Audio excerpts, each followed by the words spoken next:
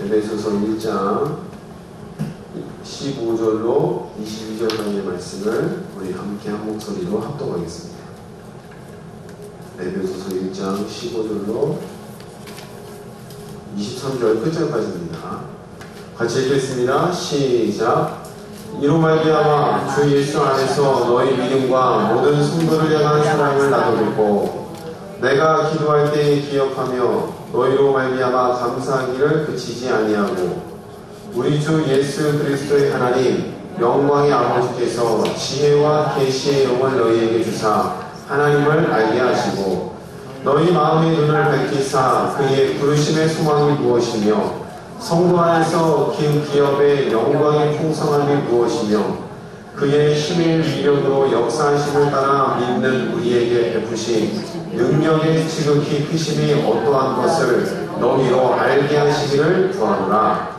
그의 능력이 그리스도 안에서 역사하사 죽은 자들 가운데서 다시 살리시고 하늘에서 자기의 오른편에 앉히사 모든 통치와 권세와 능력과 주권과 이 세상뿐 아니라 오는 세상에 일컫는 모든 이름 위에 뛰어나게 하시고 또 만물을 그의 발 아래 복종하게 하시고 그를 만물 위에 교회의 머리로 삼으셨으니라.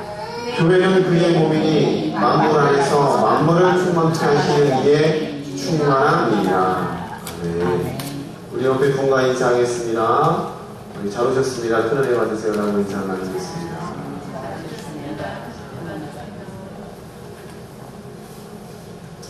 요즘 날씨도 좋고 꽃도 많이 펴서 다들 일정들이 많으신가 봐요. 그래서 많이 자리가 비었습니다. 여러분 기도해 주셔서 우리 하나님께서 더욱더 주님 앞에서 바르게 설 수 있는 믿음의 교회가 될 수 있도록 여러분 꼭 기도하시기 바랍니다. 오늘 오전 에베소서 말씀을 통해 바울의 기도 제목이라는 제목으로 함께 은혜를 나누고자 합니다. 우리가 계속 에베소서를 살펴보고 있는데 구절구절마다 참 많은 생각을 하게 하고 절수가 잘 넘어가지 않는 책이 또 에베소서인 것 같습니다. 짧지만 많은 의미를 두고 사도 바울이 에베소서를 써내는 것 같습니다. 오늘 특별히 사도 바울이 기도를 하는 데 있어서 단순히 에베소 교회가 큰 은혜 받았으면 좋겠습니다 라는 식으로 뭉뚱그려서 기도하지 않았습니다. 아주 구체적으로 조목조목 기도 제목을 사도 바울이 이 에베소에 기록해놨는데요. 우리가 이 기도 제목을 통해 함께 은혜 받고 우리 신앙의 초점이 다시 한번 바르게 세워지는 귀한 믿음의 시간 되기를 주님 이름으로 축복합니다. 자, 15절 말씀을 다시 한번 읽어보죠. 이로 말미암아 주 예수 안에서 너희 믿음과 모든 성도를 향한 사랑을 나도 듣고 내가 기도할 때 기억하며 너희로 말미암아 감사한다 라고 사도 바울은 이야기합니다.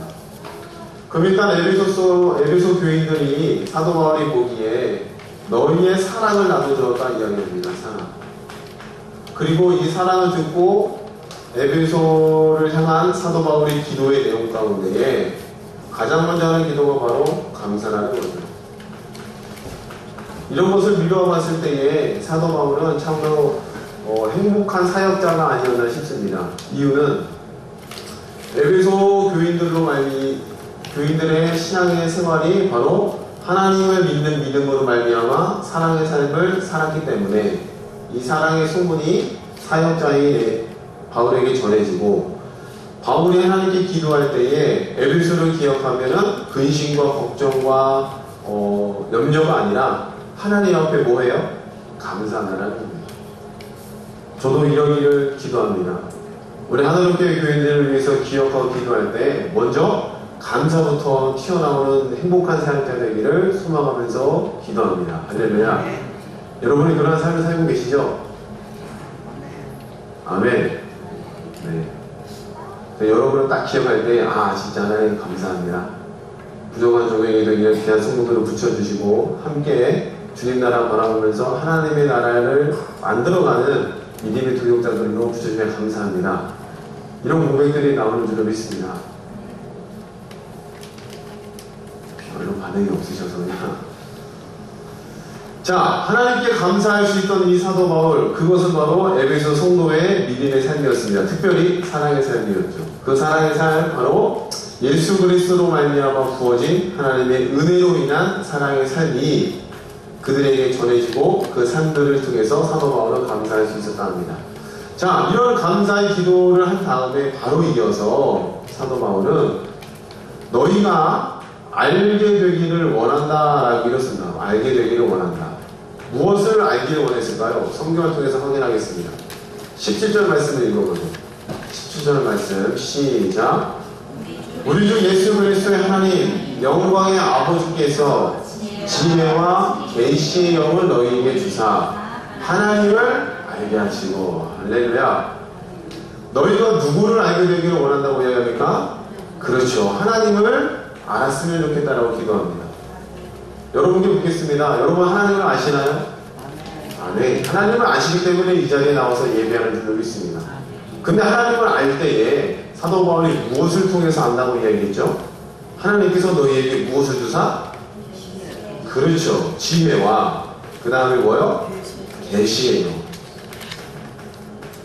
그럼 하나님을 아는 방법은 사도 바울에 의하면 무엇 때문에 알 수 있어요?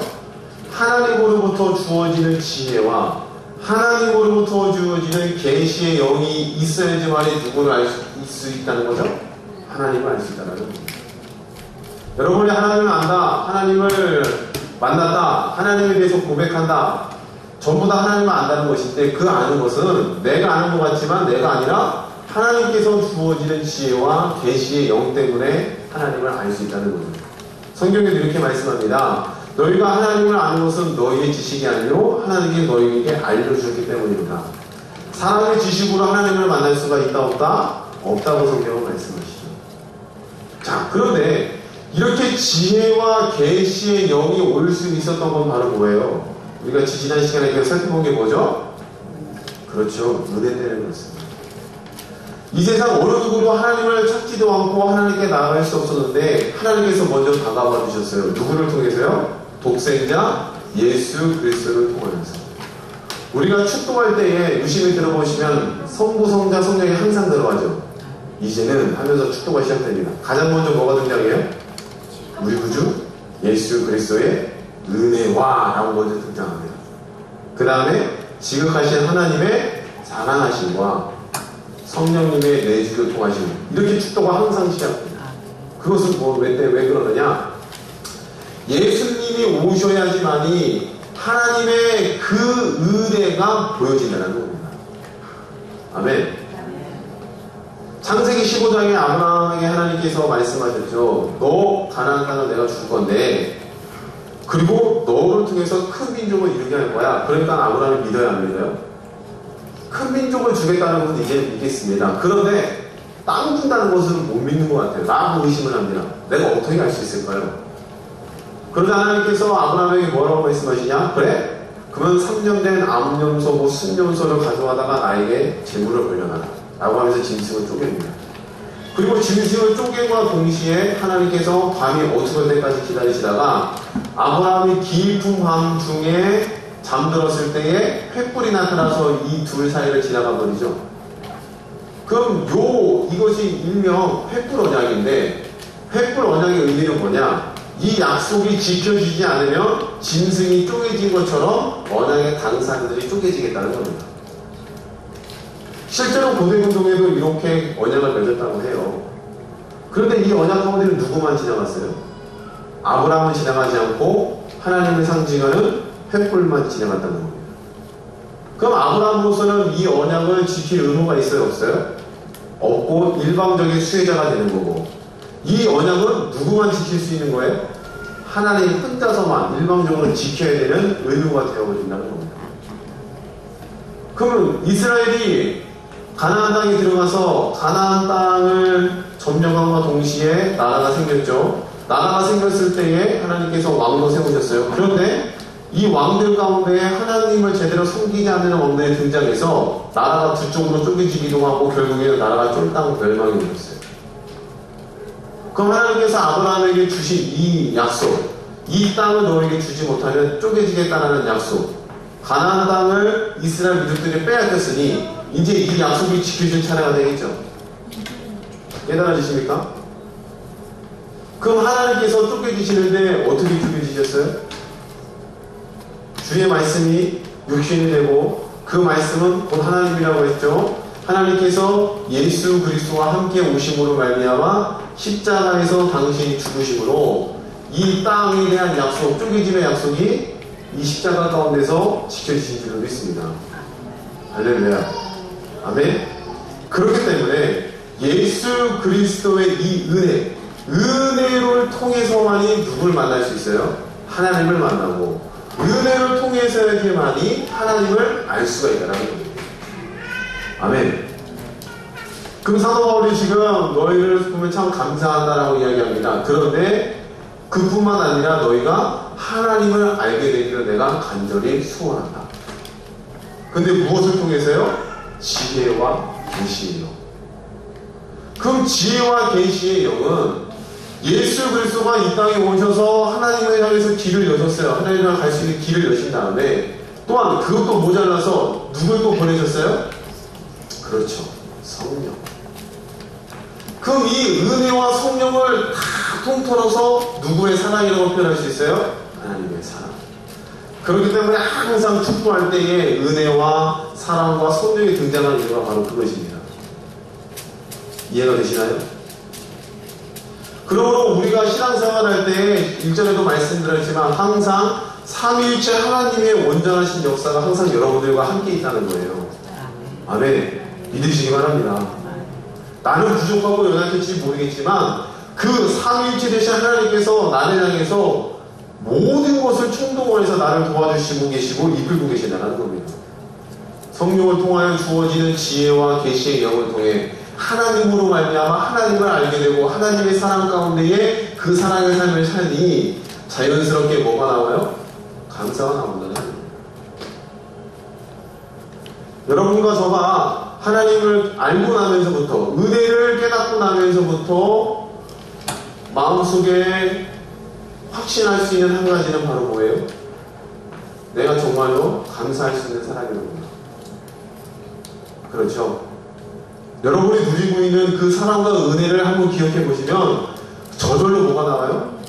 감사가 나올 수밖에 없다는 겁니다. 하나님께서 자신의 생명을 던져서 죄로 말미암아 죽었던 우리를 하나님의 자녀, 생명의 자녀로 삼아주셨죠. 할렐루야. 또 단순히 우리가 구원받고 끝난다 이 차원이 아니라 이 땅에 있는 모든 사망 권세를 이길 수 있는 능력, 뒤에 나오는데 그 모든 것까지도 우리에게 허락하신 줄로 믿습니다. 그러므로 여러분이 누구를 잘 아셔야 되겠어요? 하나님을 잘 아셔야 됩니다. 하나님은 누구시며 하나님은 왜 우리에게 그토록 집요하게 다가오기를 원하시며 그리고 어떠한 경로를 통하여서 어떠한 방법을 통해서 우리에게 다가와 주셨는지를 깨달아 알기를 축복합니다. 아멘. 그리고 또 한 가지 하나님을 안다, 이 알게 된다는 이 말은요 헬라어로 되게 어려운데요 에피그노시스라고 합니다. 무슨 장 모르죠? 뭐 이렇게 써요.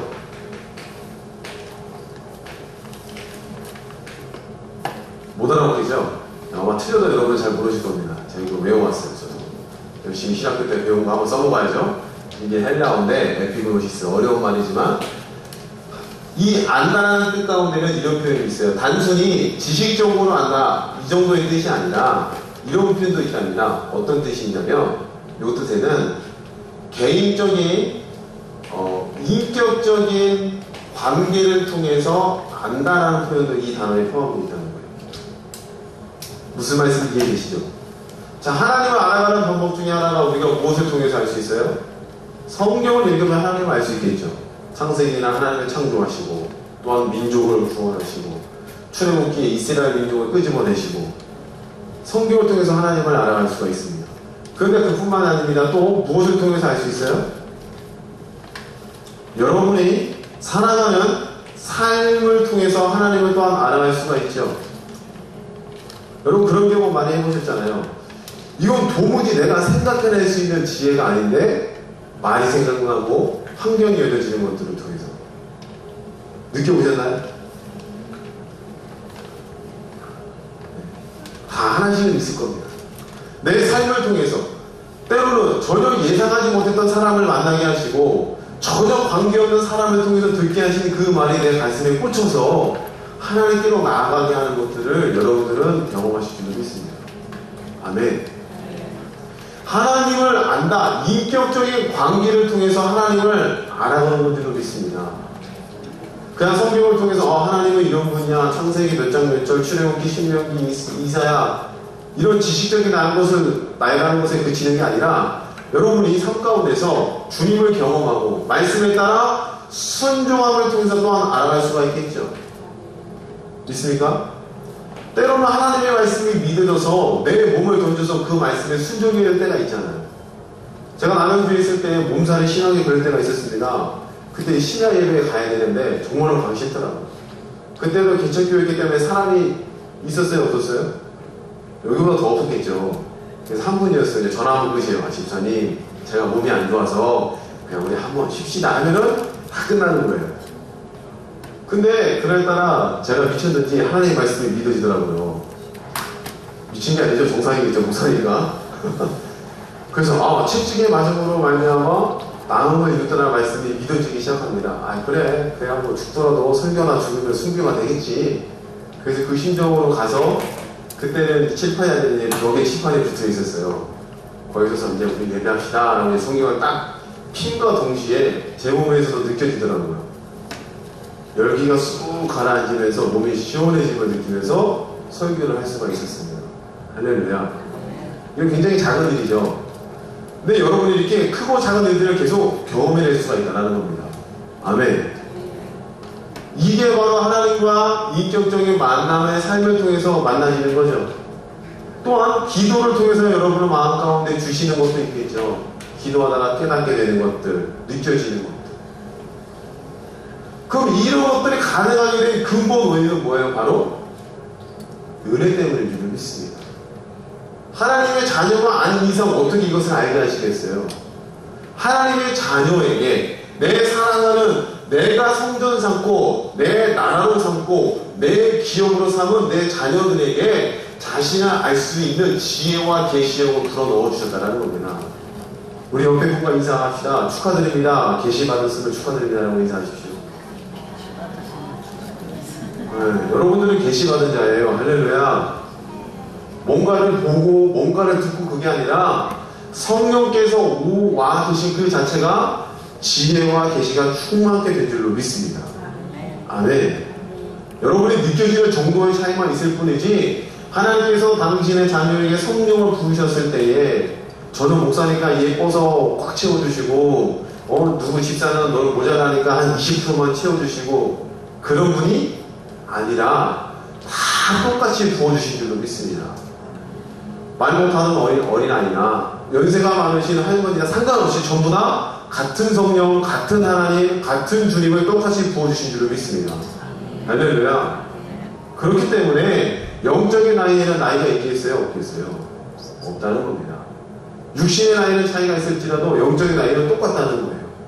그것을 믿고 순종하는 삶을 통해서 주님과의 인격적인 관계를 통해 하나님을 알게 하는 길들은 누구든지 다 열렸다는 거죠. 그러므로 사도 바울이 디모데에게 뭐라고 얘기합니까? 너는 네 연소함을 통해서 업신 여기지 못하게 하라. 그 이유는 뭐예요? 내가 많이 가르쳐놨기 때문에 그게 아니라 은혜를 통해서 너 역시도 나와 똑같은 사역자로 부름받았을 뿐만 아니라 지혜와 계시의 영이 너에게도 있도다. 할렐루야.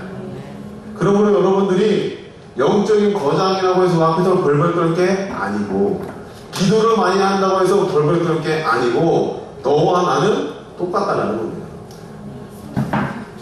아멘. 저 역시도 목사이지만 직분이 목사지 성령 받은 건 저와 여러분은 같아요? 달라요? 같다는 거예요. 그럼 여러분들이 이런 것들 기도를 많이 한다, 어떤 걸 많이 크게 체험했다고 해서 미혹당하거나 헷갈린다거나 흔들리지 마시라는 겁니다. 여러분의 한 사람 한 사람 한 사람을 하나님께서는 나를 알 수 있는 지혜와 계시의 영을 부은 자로 주님께서 세워주셨다는 거죠. 여러분은 꼭 이러한 믿음 갖게 되길 축복합니다. 또한 삶 가운데 이렇게 하나님을 인격적으로 알아가기를 주님으로 축복합니다. 8월의 삶을 통해서, 말씀을 통해서 씨름하고 그 말씀에 나를 집어넣고 부딪힘을 통해서, 문제를 통해서 주의 말씀을 경험하고 하나님을 또 발견하게 되기를 축복합니다. 이게 사도 바울이 에베소 교회에게 원하는 첫 번째 기도 제목이었어요. 그 다음에 또 기도가 계속됩니다. 그 다음 성경 계속 읽어보죠. 에베소서 말씀입니다. 18절 말씀 시작. 1장 18절. 너희 마음의 눈을 밝히사 그의 부르심의 소망이 무엇이며 성도 안에서 그 기업의 영광의 풍성함이 무엇이며 라고 이야기합니다. 다 성경 보고 계시죠? 따라오고 계시나요?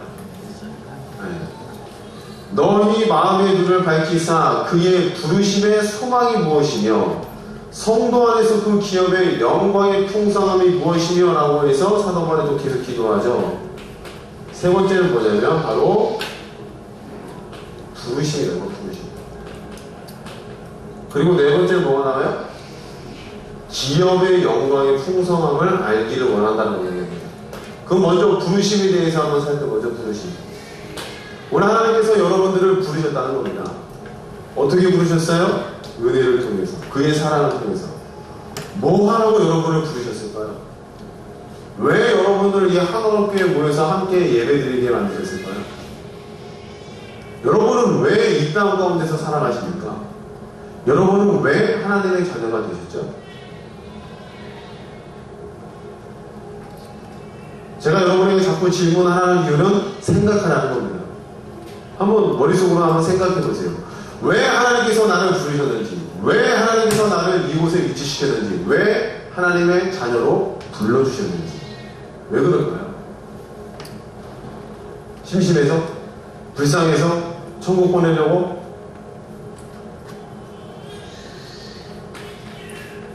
하나님께서 우리를 고린도전서 3장 16절에 보니까 뭘 삼으셨다고 그래요? 성전 삼으셨다는 겁니다. 이 성전을 쭉 찾아 올라가다 보면은 에덴 동산에서도 이미 하나님을 예배하는 일종의 성전과 같은 모습을 하고 있었다는 건 여러분 충분히 성경을 통해서 알고 계실 겁니다. 그리고 실제로 건물이 지어진 시대가 바로 이스라엘 시대였죠. 성막 이후에 건물이 성전의 시대. 그런데 이것들이 무너지면서 누가 성전으로 오셨어요? 예수님이 성전으로 오셨습니다. 그리고 그 성전이 무너지셨죠. 어떻게 해요? 십자가에 죽으심으로. 근데 또 4일 만에 다시 일어서심을 통해 그 성전이 이제는 예수 믿는 공동체, 예수 믿는 사람을 성전 삼으셨다는 겁니다. 그럼 하나님은 왜 이렇게 성전에 대해서 그토록 집요하게 집중하고 계셨나요? 성전을 통해서 무엇하고 싶으셨다는 거예요? 성전을 통해서 이 땅 가운데 무엇을 만들고 싶으셨다는 겁니까? 따라합니다. 하나님의 나라. 하나님의 나라입니다. 할렐루야. 하나님의 나라를 그토록 만들고 싶으셨다는 거예요. 물론 전체가 하나님의 나라인데 죄와 사망 가운데 얼룩져 있는 이 죄의 문제를 해결하시고자 이 땅 가운데 오셨고, 그것을 십자가에서 감당하시면서 약속을 지키실 뿐만 아니라 성전 세우심을 통해 이 땅에 하나님의 나라, 약속의 하나님의 나라, 아멘.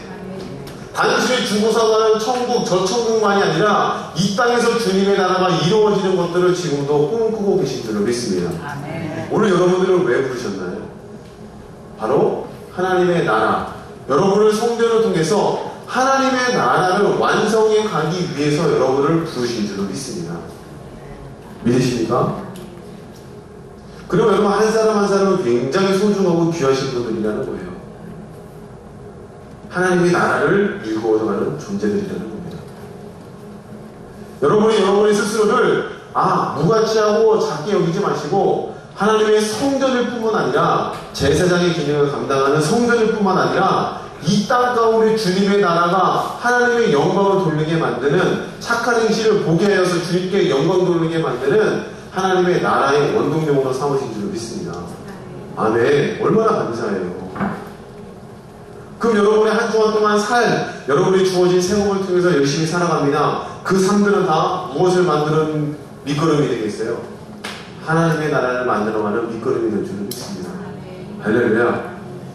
그냥 성전 안에서 우두커니 앉아서 기도만 한다고 해서 성경만 많이 읽는다고 해서 이 나라가 만들어지는 게 아니라 여러분이 믿음을 가지고 말씀을 부여잡고 여러분의 삶으로 그의 말씀을 붙들고 뛰어 들어가는 것들을 통해서 주님의 나라가 세워져 가는 줄을 믿습니다. 너는 왜 이렇게 신나 보이니? 너는 왜 이렇게 눈이 초롱초롱하니? 야, 이렇게 힘든다는 이 시대에 너는 왜 이렇게 좋은 말들을 갖고 있니? 자꾸 물어보면 안에 뭐가 나오겠어요? 여러분 속에 함께 계시는 성령님이 보여지고 여러분의 담겨있는 진리가 보여지고 할렐루야. 근데 여러분의 삶이 똑같다면 똑같이 세상의 삶들과 이루어진다면 그들이 무엇을 궁금해하고 무엇을 보겠습니까? 볼 수 있는 게 없고 궁금하게 여길 것들이 전혀 없는 거죠. 여러분들이 꼭 구별된 삶 사시기를 축복합니다. 할렐루야. 힘들더라도 똑같이 힘들더라도 아니야, 주님께서 나와 함께 하시기에 다시 한번 힘을 내보자. 할렐루야. 내게 주어진 말씀과 지혜와 계시형이 나와 함께 있으니 난 또 이 문제를 쉬이 넘길 수 있을 거야. 할렐루야. 그런 마음과 믿음과 삶으로 고백하면서 삶으로 나아간다면 비록 내 입으로 말은 하지 않더라도 누군 보고 있어요? 사람들은 본다는 겁니다. 무슨 말씀인지 이해되시나요? 제가 지금 이렇게 작은 목회를 하고 있지만 이 작은 목회 하나님이 보고 계신 줄을 믿습니다. 정권전사가 뚫어보고 있는 줄을 믿습니다. 그러면서 그 말씀에 따른 것들을 응답시키는 줄을 믿습니다. 할렐루야. 그럼 결코 작은 목회가 아니라는 거죠.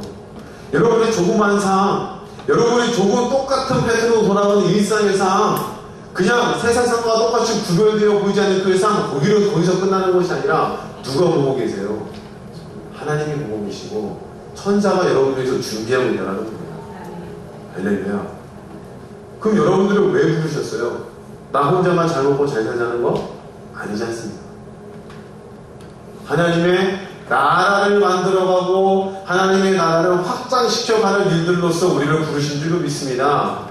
똑같이 밥을 하시더라도 똑같이 직장을 나가서 땀을 흘리시더라도 내가 하나님의 나라를 만들어가는 삶으로서 이 일을 감당하는구나 라면서 여러분들이 여러분의 삶을 영위해 나가기를 축복합니다. 그럼 그 가운데는 하나님이 보고 계시고 또한 세상 사람들도 봅니다. 그리고 두드리죠. 물어보죠. 궁금해하죠. 너 도대체 왜 그러니? 네 안에는 뭐가 있길래? 너는 좀 뭔가 다른 것 같다. 너는 참 뭔가 다른 것 같다. 여러분이 꼭 그러한 성전의 삶 살아기를 축복합니다. 오늘 사도 바울은 에베소 교회를 너희의 그 부르심이 더욱더 알게 되기를 원한다는 겁니다. 그냥 에베소 교회 공동체, 그냥 교회 안에서 여러분 그들만이 신앙생활하고 은혜 받고 니들만 좋아서 이게 아니라 그렇게 부르신 이유가 뭔지를 알게 되어서 이 안다는 것은요 히브리어로 야다인데 아담이 하와를 알다 할 때 이게 바로 야다예요. 야다. 이거랑 아까 헬라어랑 같은 뜻을 갖고 있어요. 경험으로 안다는 겁니다. 경험으로 안다. 무슨 말씀인지 깨달아지시죠? 군대를 다녀오신 분들은 군대를 알죠? 아시잖아요. 가서 어떻게 훈련받고 어떻게 고생하고 어떻게 하는 건지. 근데 군대 생활 저번에 알아요? 알아요. 그런데 뭘 통해서 알아요? 지식을 통해서 듣는 것을 통해서 알죠. 아, 가면 이런 일이 있을 거야 라는 거. 근데 좀 이렇게 모자라 보여서 다녀오신 분들은 경험을 통해서 알아요. 가서 상관의 갈등과 그 모진 핍박을 이겨내면서 그것들을 이겨내면서 군생을 하는 것들. 부르심을 알게 되기를 원한다. 이 안다는 것은 경험을 통해서 안다는 겁니다. 경험. 그러므로 여러분들이 삶 가운데서 내 부르심, 하나님께서 나를 통해서 무엇을 원하시는가 경험을 통해서 알게 되기를 축복합니다. 그럼 여러분 안에 누가 계셔야 돼요? 지혜와 계시형이 있으셔야 되고 진리가 있어야 되고 여러분이 거기에 따른 믿음이 있으셔야 되겠죠. 그럴 때에 하나님을 경험을 통해서 알게 되는 줄로 믿습니다. 사도 바울은 지금 에베소 교회에게 그것을 원하고 있어요. 하나님, 이들이 지들만 보여서 은혜 받고 자기들만은 은혜 받고 찬양하고 아 할렐루야 하나님께서 우리를 사랑하셨네 이곳으로 끝나지 않고 어디로 나가길 원해요? 왜 부르셨는지 왜 공동체로 만드셨는지 모이는 곳으로 끝나지 않고 퍼져나가서 하나님의 나라를 만들어가는 하나님의 나라가 확장되어져 가는 일들을 보기를 원한다는 겁니다. 하나님께서 이 기도를 들으시고 얼마나 기뻐하셨을까요? 하나님께서 사도 바울의 이 기도를 듣고 얼마나 좋아하셨을까요? 그런 상상을 해봅니다. 야, 너 정말 훌륭하구나. 그러니까 제 상상인데 사도 바울의 기도를 듣고 얼마나 기뻐하셨을까요? 우리는 고작 해봐야 뭐 달라고 그래요? 저도 그런 기도 해봤어요. 하나님 로또 좀 내게 해주세요.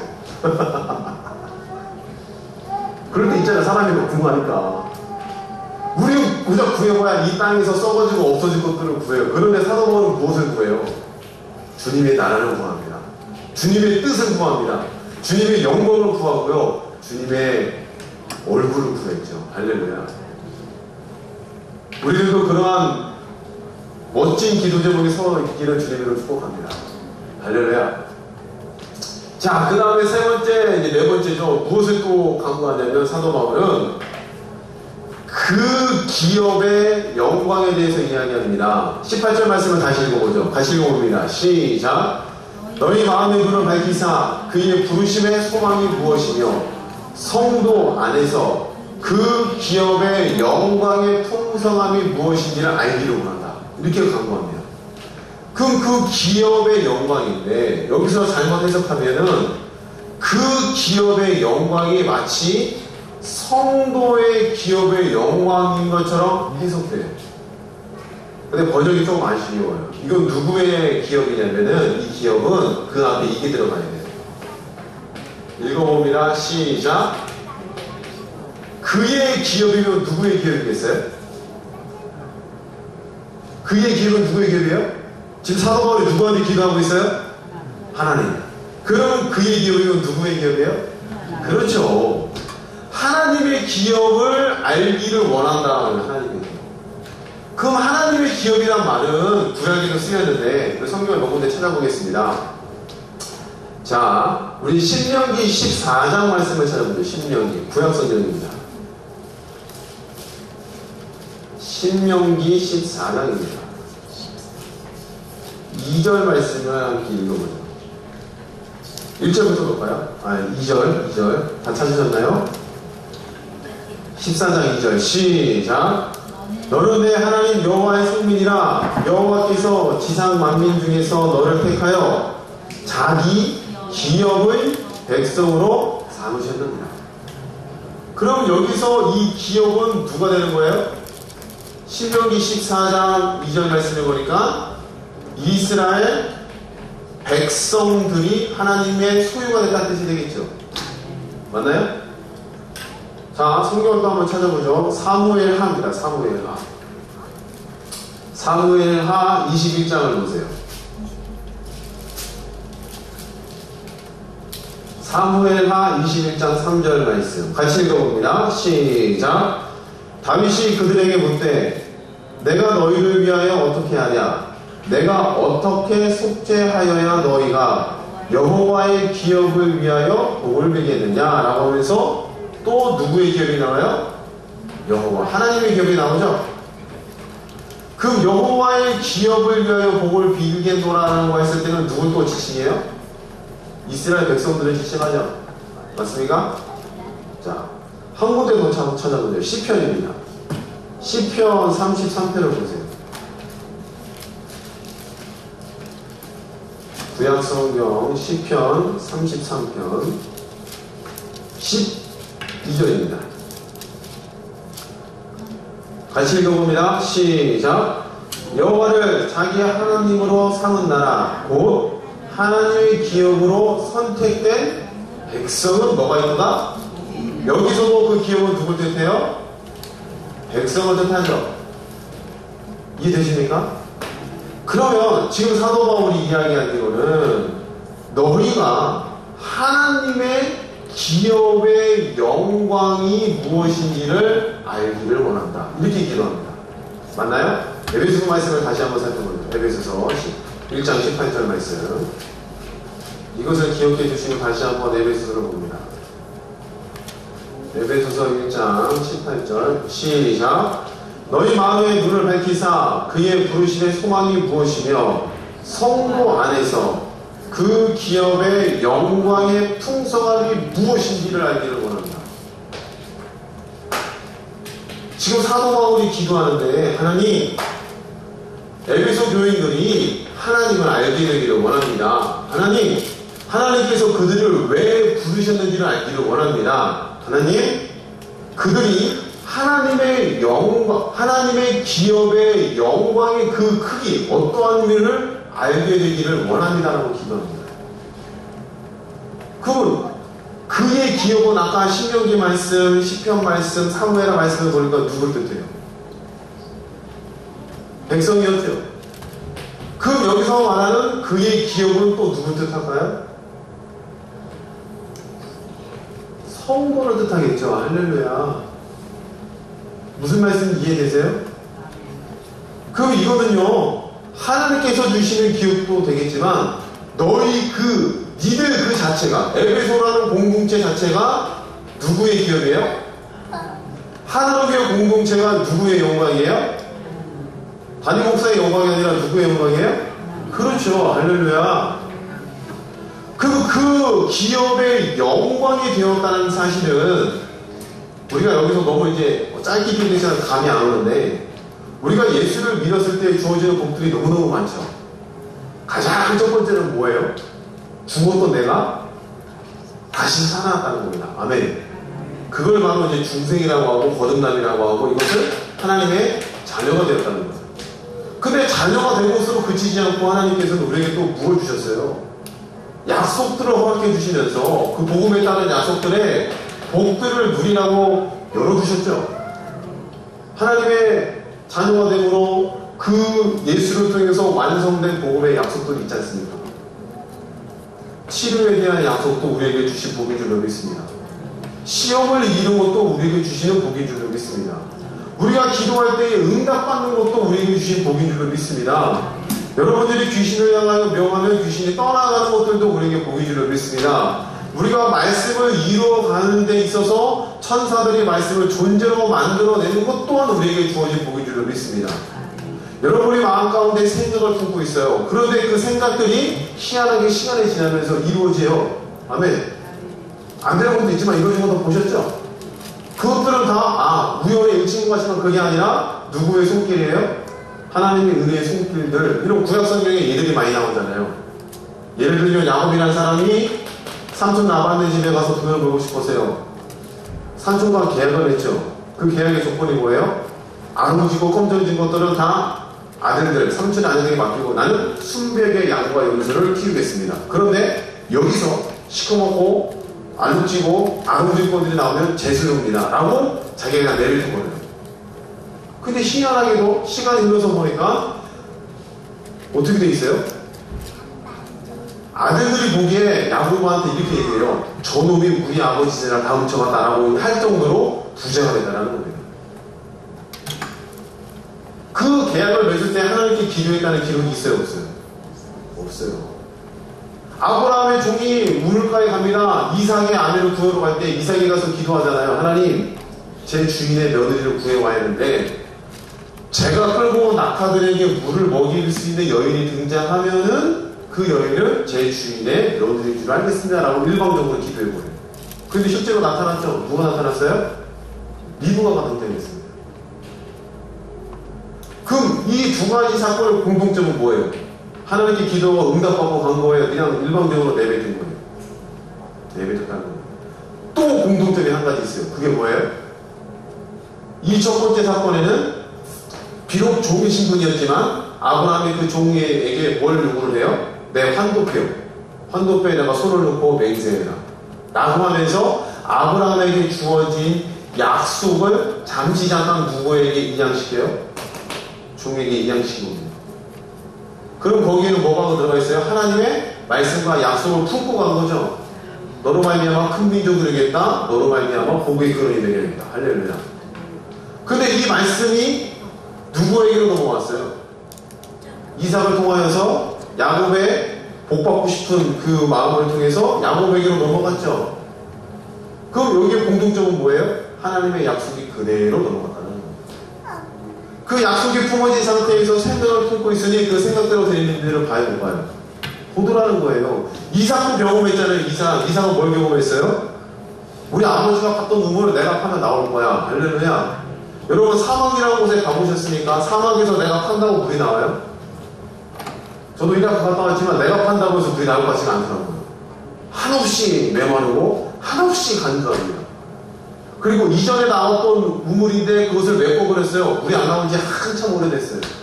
마를 수도 있겠죠. 근데 그것을 또 판다고 해서 나올 수 있는 확률이 크겠어요? 작겠어요? 아무도 모릅니다. 근데 이삭은 아버지가 봤던 우물을 가는 곳마다 팠어요.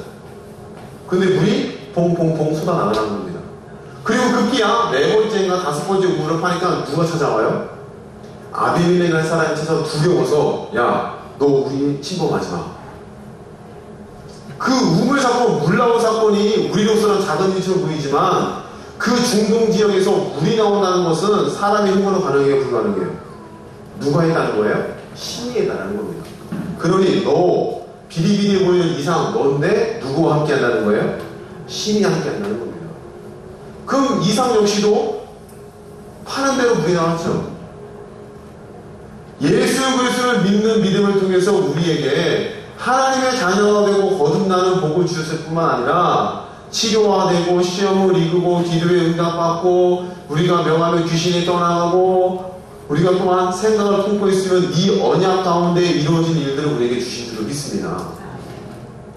여러분에게 주어진 하나님의 기업이 되었다는 그 영광의 풍성함이 무엇인지를 이걸 통해서 깨달기를 축복합니다. 아멘. 이런 말씀을 들으면 여러분의 가슴이 막 벅차야 돼요. 이런 말씀을 깨달으면요, 여러분의 가슴이 막 꽉 차고요, 뭐든지 할 수 있는 자신감을 어깨가 쫙 펴지셔야 되는 겁니다. 아멘. 근데 설교 시간이 길어지니까 얼굴이 시커매지고 있어요. 아, 내가 정말 이렇게 큰 은혜를 받은 자구나. 내가 정말 이렇게 큰 사랑을 받은 자구나. 정말 내가 예수 믿었고 성령께서 나와 함께 하시고 계시와 지혜의 영이 부어진 것이 무엇이구나. 그 의미와 깊이를 깨달으면 깨달을수록 뭐만 나와요? 감사가 나온다는 겁니다. 근데 이걸 놓치니까 뭐가 나와요? 원망이 나오고 불평이 나오고 짜증이 나오고 없는 것들을 보게 되고 사람들과 비교해서 안 되는 것들을 실망하고 좌절하고 넘어집니다. 그렇지 않겠습니까? 근데 눈을 들어서 누굴 보게 되죠? 하나님을 알기 시작하면 내 부르심의 그 목적이 무엇인지를 깨닫게 되면 단순히 불러서 나를 일을 시켜먹는 것으로 끝나지 않고 그 기업의 영광으로 나를 삼으셨다는 것을 깨닫기 시작한다면 우리 마음 가운데는 감사가 나올 테고, 아멘. 안 되더라도 되는 것으로 믿고 내 삶으로 뛰어나갈 줄 믿습니다.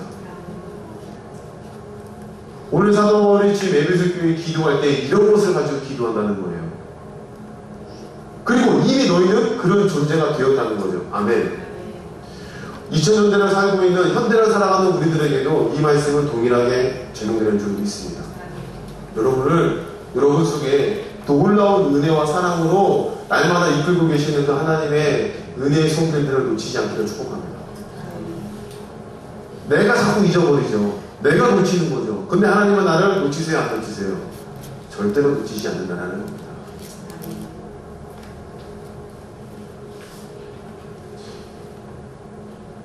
마지막입니다.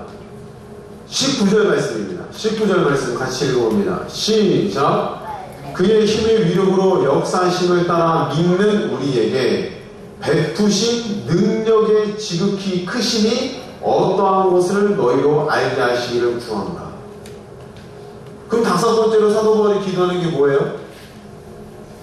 뭔가를 알게 하시기를 구한대요. 그게 뭐였어요? 간단하게 이야기하면 베푸신 능력의 크기죠. 맞나요? 근데 베푸신 능력의 그 크기를 아는데 그 다음에 바로 뭐가 설명되냐면 예수 그리스도의 부활을 이야기합니다. 부활. 그 다음 절 보실까요? 그 다음 절 20절 말씀 보세요. 시작. 그의 능력이, 여기서 말하는 능력은 19절에 말씀하는 능력이겠죠. 하나님의 능력을 뜻해요. 하나님의 능력이 그리스도 안에서 역사하사 죽은 자들 가운데서 다시 살리시고 하늘에서 자기의 오른편에 앉히사 모든 통치와 권세와 능력과 주권과 이 세상뿐 아니라 모든 세상에 일컫는 모든 이름 위에 뛰어나게 하시고, 그 능력이 이런 일을 한다는 거예요. 그뿐만 아니라 또 무슨 일을 하느냐. 22절 또 만물을 그의 발 아래 복종하게 하시고, 할렐루야, 그를 만물 위의 교회의 머리로 삼으셨느니라. 아멘.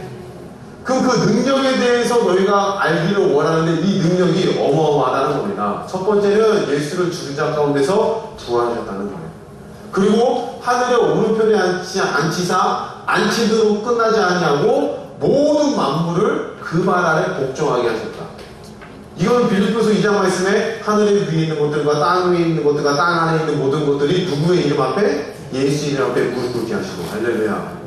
그런데 그 이름을 누구에게 주셨어요? 우리에게 주셨다는 거예요. 그럼 여러분들은 지금 우리의 육신은 쇠해져가고 하나님의 나라 점점 가까워져 가지만 여러분의 속은 날로 강건케 되는 줄로 믿습니다. 왜요? 그분의 능력 때문에 그렇죠.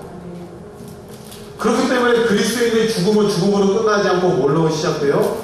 소망으로 끝나는 줄로 믿습니다. 아멘. 우리가 아까 봉헌 찬송할 때 하나님의 나라, 그의 나라, 주의 나라 찬양했죠? 다 까먹으셨죠?